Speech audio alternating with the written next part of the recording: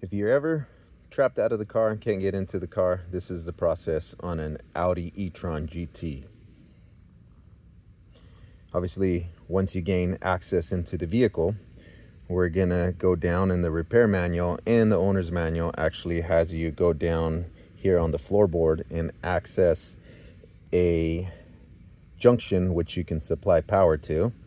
But as you can tell, there's a cover down by the footrest. This little red tab, if you push it in, it retracts out and it'll let you supply your 12-volt source with a jumper clamp from any of your jumper packs. Obviously, if you supply voltage there into body ground, it still does not electrify the actual control modules that you need. So what we're gonna have to do is get into the left side of the dash. There's a cover, this trim piece, basically with a little pocket screwdriver or a trim tool. We can remove it, get that out of the way, and you get access to this fuse little circuit that we have there.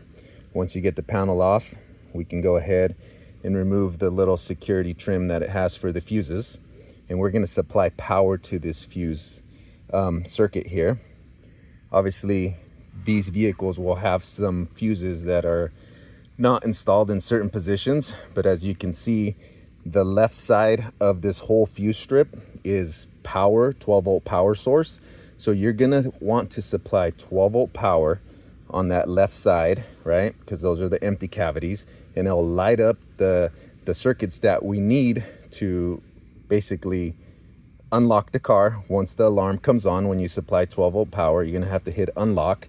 You can then hit the button on the door panel, and it'll open the front boot and it'll give us access to jump start the car, right? So some of these jumpers, they don't have 12-volt constant voltage to it. They need to see a load before it supplies voltage to whatever component you're jumping. So sometimes these don't work. What I like using is something that has 12-volt, constant 12-volt system. Obviously, it always has 12-volt system on each of the clamps, so this is a constant power. These work awesome, right? So that's where we're gonna ground out on the door jamb, the body ground. That's the easiest junction that you can get to.